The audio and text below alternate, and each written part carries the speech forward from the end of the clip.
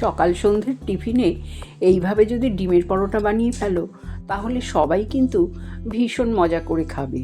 বাচ্চারা তো খাবেই, বড়রাও খাবে। পরোটার ব্যাটারের জন্য একটা বোলের মধ্যে 2টো ডিম, 1 বাটি ময়দা, একটা টমেটো কুচি, 2টো পেঁয়াজ কুচি, কিছুটা কাঁচা লঙ্কা দিলাম, আর একটা ক্যাপসিকাম কুচি দিয়ে দিলাম, একটা গাজর দিয়ে দিলাম। এছাড়া তোমরা চাইলে অন্যান্য সবজিও দিতে পারো। আর চিজ কিউব গ্রেট করে দিলাম, স্বাদ অনুযায়ী নুন, গোলমরিচ গুঁড়ো, অল্প অল্প জল দিয়ে একটা ঘন ব্যাটার তৈরি করে নিলাম। যেসব বাচ্চারা সবজি খেতে চায় না তাদের কিন্তু এইভাবে সবজি খাওয়ানো যায়।